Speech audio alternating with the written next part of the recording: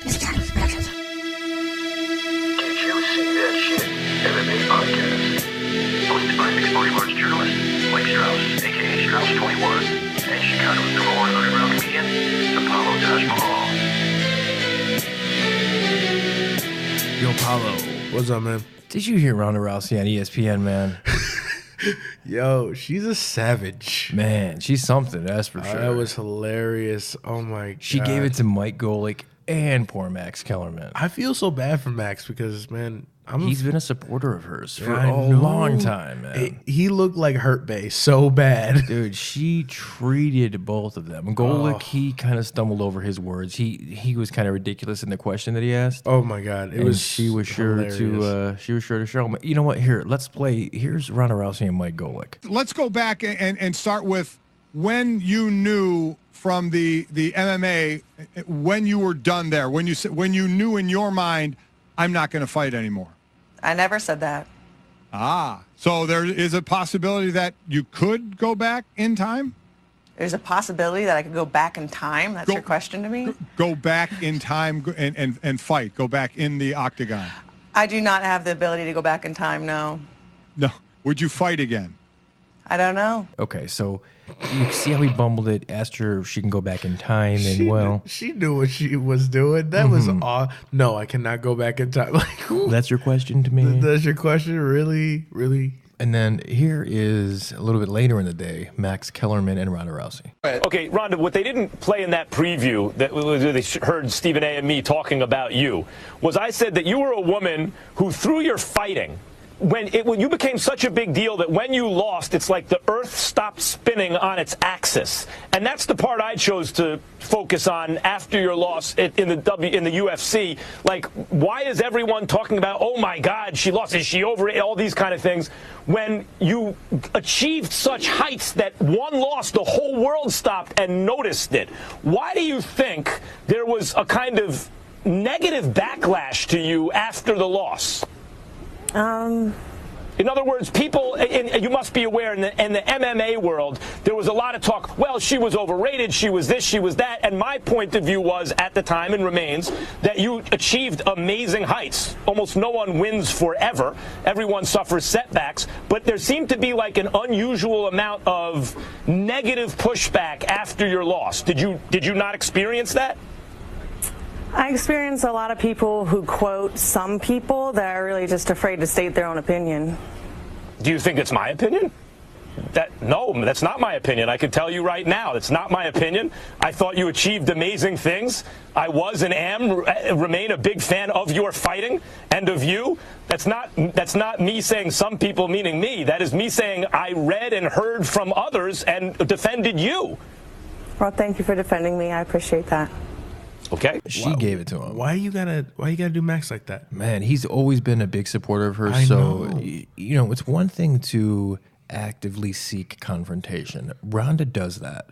It seems like Ronda is mad at the media for fame that she got. Like, I don't know what she expected from people. She was at such a high of a high. There's only one place to go. Yeah, there's only one place to go.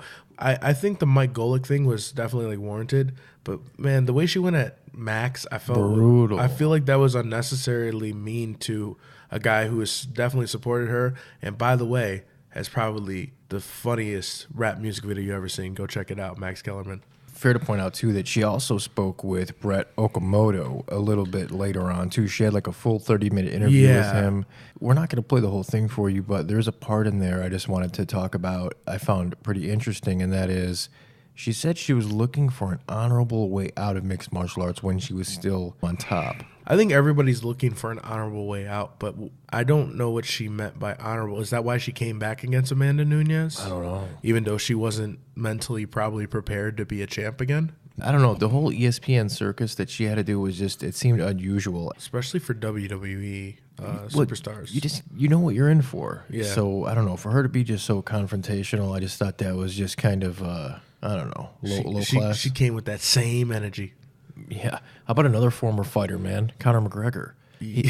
What? He's rumored to be at UFC 223 supporting his teammate and boy Artem Lobov. Hold up, real quick. Address the straight disrespect former fighter. Well, we haven't seen him in a long time, so we'll see. You make $100 million. See if I see you for a period of time. Well, that's true. That's fair. But he does stay ready. He says don't be surprised if you see him in a short notice fight. So his moves just don't make sense. He's very irregular because I don't know, man. He's a little. I can't figure him out. He's a little nutty. Yeah, I can't figure him out. But man, if he's gonna step in a short notice fight, that's exciting. Conor McGregor Notorious documentary is on Netflix now. Check it out. That. Yeah, we actually watched that not too long ago. Me and my wife. It wasn't that bad. She's a big McGregor fan. So yeah, I watched it too. Gained a newfound respect. I enjoyed it. And if you haven't figured out yet, you are listening to the Did You See That Shit Mixed Martial Arts podcast. I am Mike Strauss, aka Strauss 21. I am here with the one and only Apollo Taj Mahal.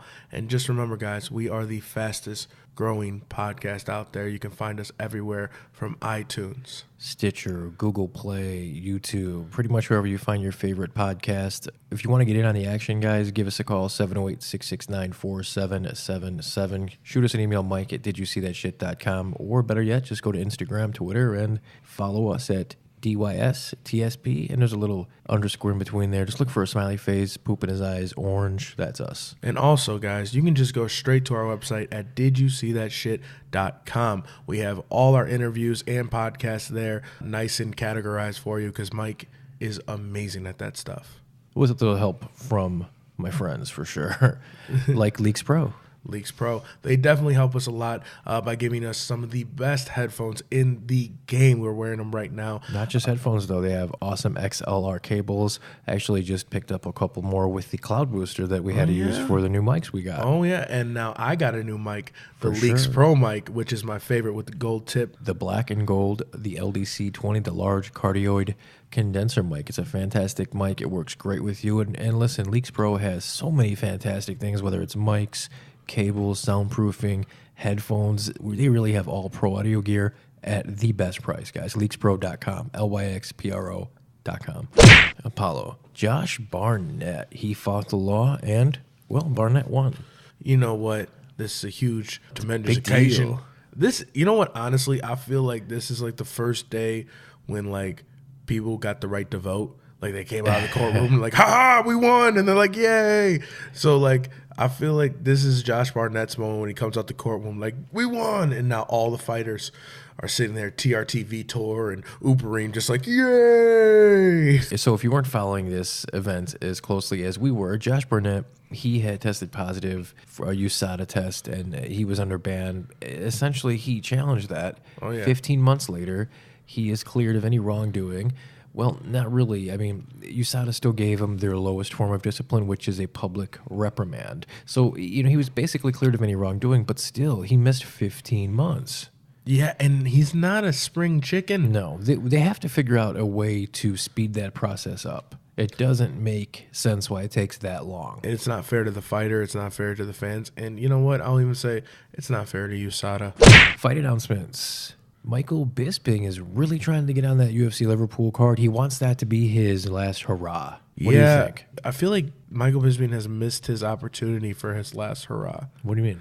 I just don't care anymore. After the Kelvin Gastelum fight, and I really wanted to see him on that London card. Mm-hmm. I thought, I thought that would have been a great card for him. Or I would have loved to see a Vitor Belfort fight for his final fight to kind of avenge his eyeball.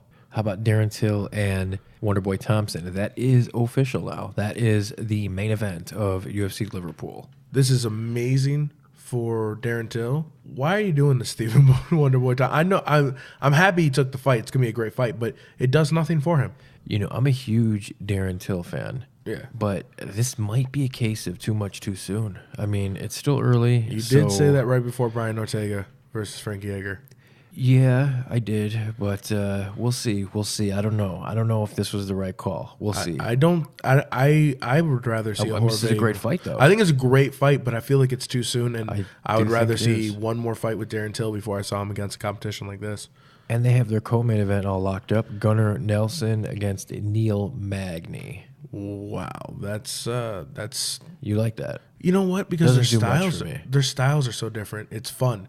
It's not like what I expect to be a co-main event on a fight card. This might be one of the biggest cards of the year. It definitely is for the UK fans. Oh, it's huge. This is a big deal for them. But Gunnar Nelson and He's Neil huge in Magny that. is fun. I mean, Gunnar It's Nelson fun. has a lot of fans in that area. Neil Magny's a solid fighter. He really is. This is going to be interesting, but it really doesn't do too much for me. But I tell you what, one of Neil Magny's boys, Curtis Blaydes, hometown hero. he's got a fight coming up. We had a chance to speak with him. We promised the interview, so why don't we just play our conversation with Curtis Blaydes? I want to welcome Curtis Razor Blaydes. He is fresh off his win against Mark Hunt. He got his wish. He got a quick turnaround in Chicago against Alistair Overeem. What is going on, Curtis? Not much. Just got home from practice. You are always working, but recently I know that you came back home to Chicago here and celebrated your birthday, man. How did that go? It was pretty fun. Just having a couple drinks with my friends and family at one of the bars I used to work at. Were you a bouncer there? Yeah, before I got to the UFC. Was there ever an incident where you had to use your physical prowess when you were bouncing there? No, I didn't want to work at those bars where I had to actually like hurt anyone. The bar I worked at was mostly a bunch of yuppies from the burbs. They just wanted to go get drunk. They weren't there for any problems. It was easy money. I hear you. Speaking of easy money, man, were you happy with your performance against Mark Hunt? Yeah, I think I executed the game plan my coaches worked on perfectly. I thought so too. I thought people were giving you unnecessary criticism because you decided to use your strength and take one of the best hitters in the game down to where you clearly have an advantage. What did you think about some of that feedback? I mean, I'm over it now. It's been over a month. If people don't like my style, they just don't have to watch. I'm just leaving it at that. If you don't want to watch me, you don't have to watch me. I hear you, man.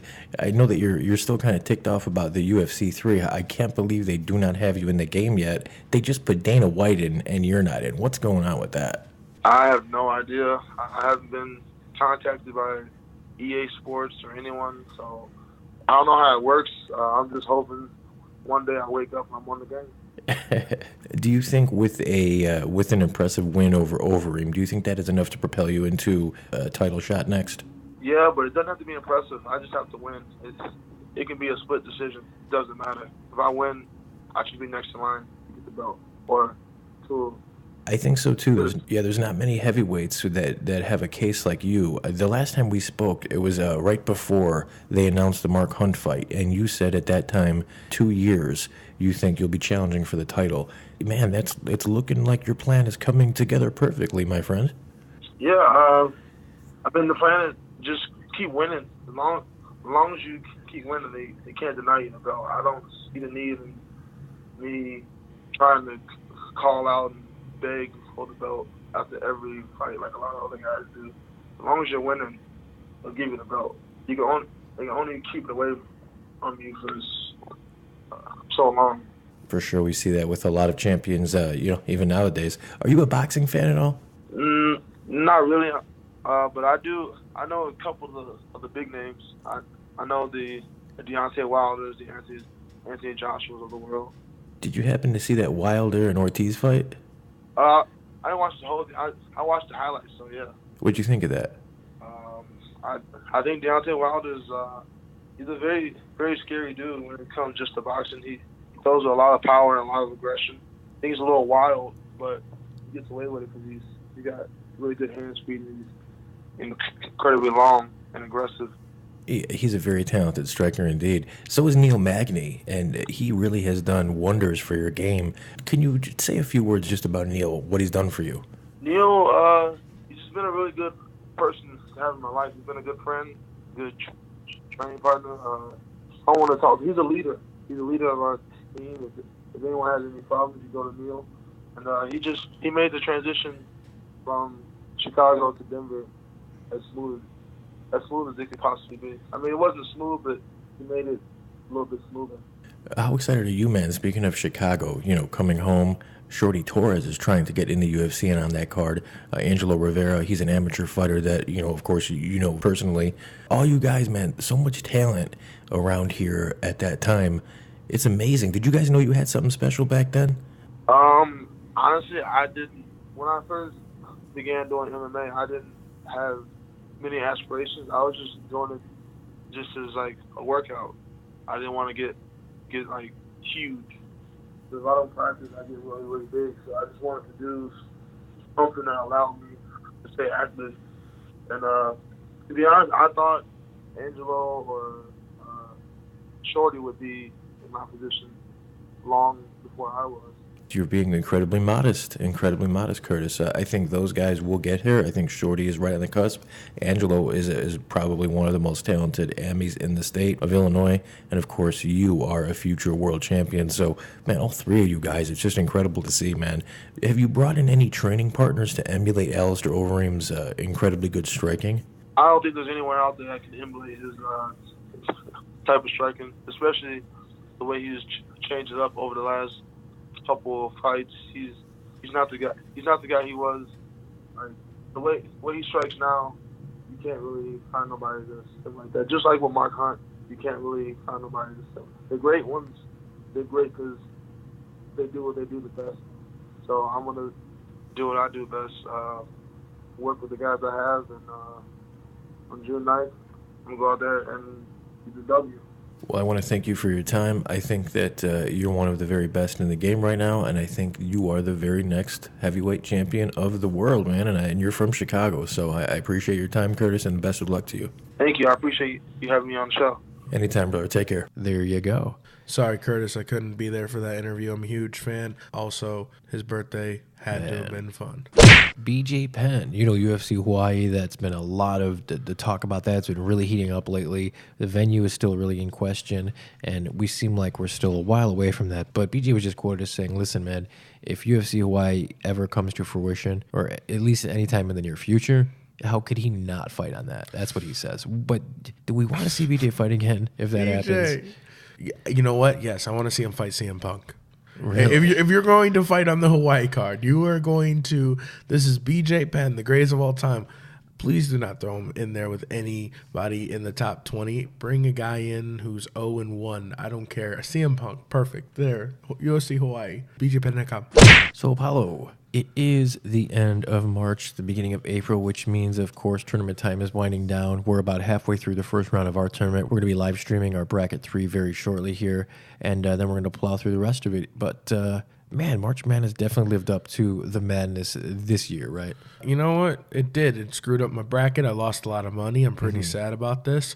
And you knew I was sad about this, and this is why you brought this up, huh? Well, speaking of brackets, how was our third bracket that we're going to be live streaming? How was that looking, man? Oh, my gosh. Why don't you run through some of the guys on that? Oh, Nick Diaz, Matt Hughes, BJ Penn. We just talked about him. Chuck Liddell, Mighty Mouse, Mirko Krokop, Sugar Ray Leonard, Stipe Miocic, RDA, Rafael Dos Anjos, if you don't know the name, Evander Holyfield, Sakuraba, Bas Rutten, Wanderlei Silva, the scariest looking man I've ever seen, Brock Lesnar, and the crazy man we just talked about who makes me not sleep well at night, Tony Ferguson, and the Mr. Glass himself, Dominic Cruz. All right, so there you go. Make sure you guys check that out on Missing Times Production YouTube channel. It's the same one as the podcast is on, so how could you not know what it is? Be sure to subscribe and give it a thumbs up, too. Oh, yeah, and all you Conor McGregor fans, wait until the one after this when we do bracket 4 because Conor's on that. Czech Congo, Javier Bellator 199 was just announced, and the winner of this fight is going to be one of the coveted reserve spots for their heavyweight Grand Prix. Czech Congo's still around? He is. He's fighting Javier. He's the guy that just went 3 rounds with Roy Nelson a few fights ago. Tough dude. Very tough guy. This is a lot harder of a fight than people think for Czech Congo. It's a very difficult fight for Czech Congo for the fact that I didn't know Czech Congo was still fighting. So, all right, this is going to, you know what? We'll see. You know what? I used to think Czech Congo was good only because of the way he looked. Yeah, well, he's very scary looking. Yeah, the way he looked, his mouth. I was like, Czech Congo is the best one. Yeah. I have always wanted to see Czech Congo, though, versus like a Fedor, because I just thought Czech Congo was good. Yeah, we might get that. We'll see. Actually, we're just less than a month away now from Bellator 198 here in Chicago, Fedor versus Mir. So that is heating up for sure. Another heavyweight, Rashad Coulter. He is going to be fighting in Chicago, but not for Bellator, for UFC 225 against Alan Crowder. Stoked about this. Oh, yeah. Big fan of Rashad Coulter, the Daywalker. We had a chance to speak with him, and here's our conversation with the Daywalker himself. I want to welcome Rashad, the Daywalker Coulter, back. He has a big fight coming up at UFC 225 against Alan Crowder in my city of Chicago. I'm super pumped about this fight. I think this is going to be an exciting fight, Rashad. What do you think? Yeah, man, I think it's going to be a barn burner, man. A great stylistic matchup between myself and him, and I'm looking forward to this one, man. I couldn't be more excited. Great matchup. Have you ever fought in Chicago before? No, I've never fought in Chicago. I was just there last August. My cousin fought for Glory Kickboxing, or whenever Glory came to Chicago. Okay. That's the only time I've ever been. Nice. Yeah, well, it's it's a pretty big city, as you can imagine, and we love our fighting here. So I've been talking about your fight for a couple episodes on the podcast now, because I really think that you and Crowder, that's not going to go the distance. Someone will get knocked out, and I really don't think it's going to be you. That is correct, my friend. You are absolutely right about that. You know, if people don't know, Alan Crowder, he fought in the Dana White Tuesday Night Contender Series. You are a veteran of the UFC.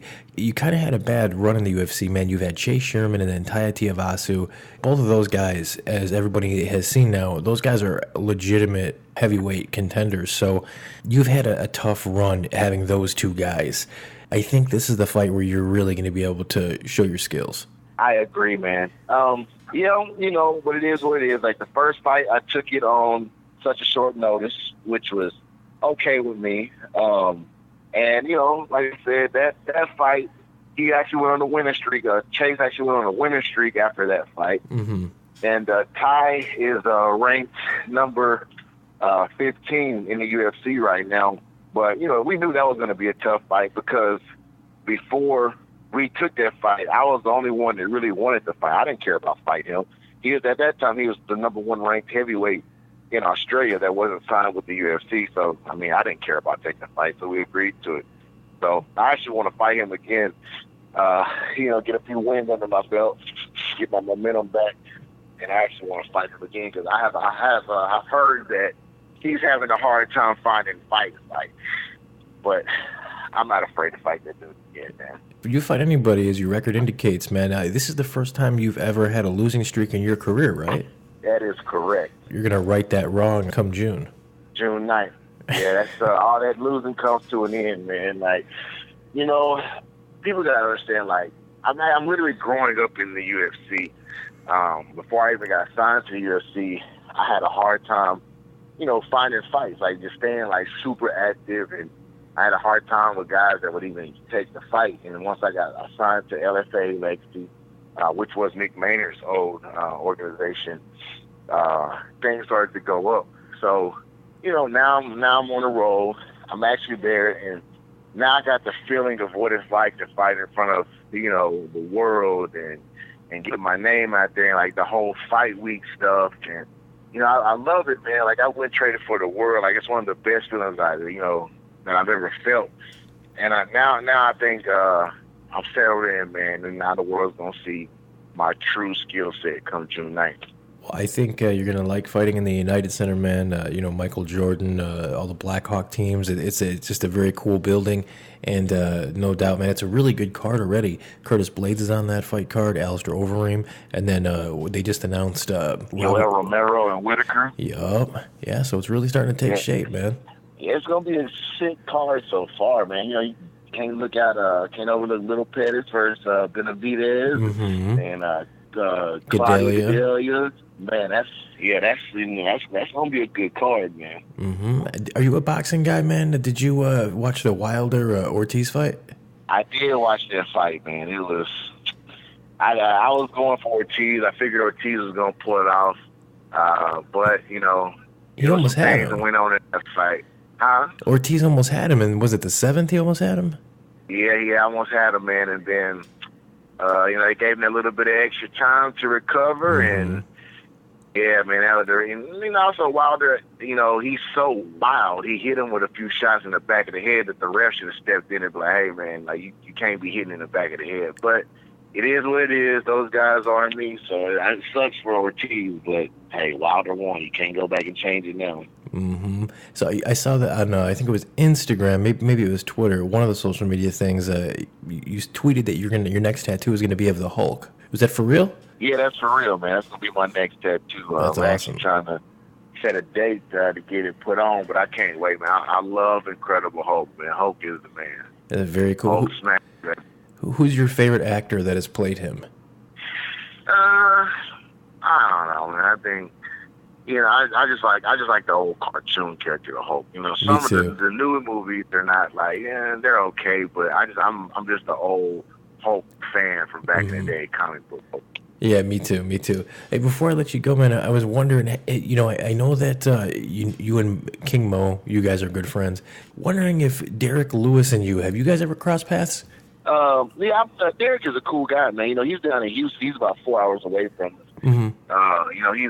We've talked on a couple of occasions, and I told him whenever there's some legacy fights down in Houston, I was down there, my teammate fought on that card, and we crossed paths. I was like, hey man, tell Mickey he's assigned to the UFC, and he was like, hey man, let's go down there and talk to him right now. So, and shortly after that, I got signed. Well, I mean, it was because eventually I was gonna get in anyway, but and then he also did an open gym workout up here for UFC 211. He came to our gym and he did an open workout for the fans here at the gym. So I see him quite a bit, but we've never trained together. Yeah, I was just wondering because I know the community, the MMA community, isn't it's not a huge one. It's a good one. It's a tight knit one, but oftentimes guys cross paths. Oh yeah. He's a cool dude, man. I like Derek Lewis. I actually want to see him fight Francis Ngannou. I think that'd be a good little scrap, man. It's whoever's gas tank holds up first. For sure. Well, hey, man, I want to thank you for your time. I know that you're super busy. If you could, man, before I let you go, we kind of have a tradition here. Could you just say, this is Rashad Coulter, and you're listening to the Did You See That Shit MMA podcast? This is Rashad Coulter, and you're listening to Did You See That Shit, the podcast. I appreciate it. Thank you, brother. I appreciate you, my man. Anytime, man. I can't wait to see you in Chicago. Thank you, brother. See y'all soon. All right. There you go. Man, very cool guy, man. I'm excited for his fight because I'm very excited about anybody who has their back against the wall. I want to see what they're made of, and this guy has proven before that he is a great fighter, and I think that he's going to prove it again. And he's still very young in MMA years. Yeah, definitely. And I'm looking forward to meeting Rashad finally face to face. So in person, it should be fun. So, Paulo, man, a lot of speculation here. The UFC's parent company, WME IMG, earlier this week just purchased New Lion, a streaming company, for $250 million. And this, of course, is leading a lot of people, including myself, to think that maybe the Fox deals aren't going so well, and now they're pursuing just a direct-to-consumer. Think the WWE Network model. The reason why people are thinking this is because the UFC was expecting around a $450 million deal from Fox for the TV rights this year, right? Wow, that's a lot of money. Well, that's what was expected. Fox came at them with $200 million. Now, you could see that's less than half. Now, since Fox has upped it a little bit, but nowhere near as much as what they were hoping. So this purchase of New Line for $250 million, a lot of people think this might be the way of the UFC kind of coming out of the whole TV network thing and doing their own thing, good or bad. I think it's good. I would love a UFC Netflix type thing. Well, it's something like the WWE Network. Oh yeah. So they would have to, in the $9.99, it would have to be more than that, right? Oh yeah, it would. But think what do you think? $14.99 a month? I think $20, solid 20. 20 a month. I would pay $20 if I got like certain subscriptions and I get to like, because it's about $9 a month, $9 or $10 a month, depending on how long you subscribe for Fight Pass now, right? Yeah. I do it every 6 months, so I save like $2 off it, whatever. But essentially, you're paying about that $9-10 a month right now. So for me to double that, you really would have to really make. I'm just not going to be. If you include the pay-per-views. That's what I'm saying. Like, are they going to include? That's what the WWE does. They include everything. So if you're going to jack up the price to $20 and you're going to include everything, I think I'm all in. I think I'm all in can do with that. And then just imagine saying to your girl, "Want to stay at home and UFC and chill." Yeah, right. Like, well, I do anyway, but for a lot of people out there, that's a big point, though. Oh yeah, you're able to now all the fights they're able to watch now just on demand. Mm-hmm. That's a good idea. Well, we're going to see, man. This is a very real possibility. It's something to keep a close eye on as this year progresses. That's a big story. Have you ever heard my idea for a streaming company? No.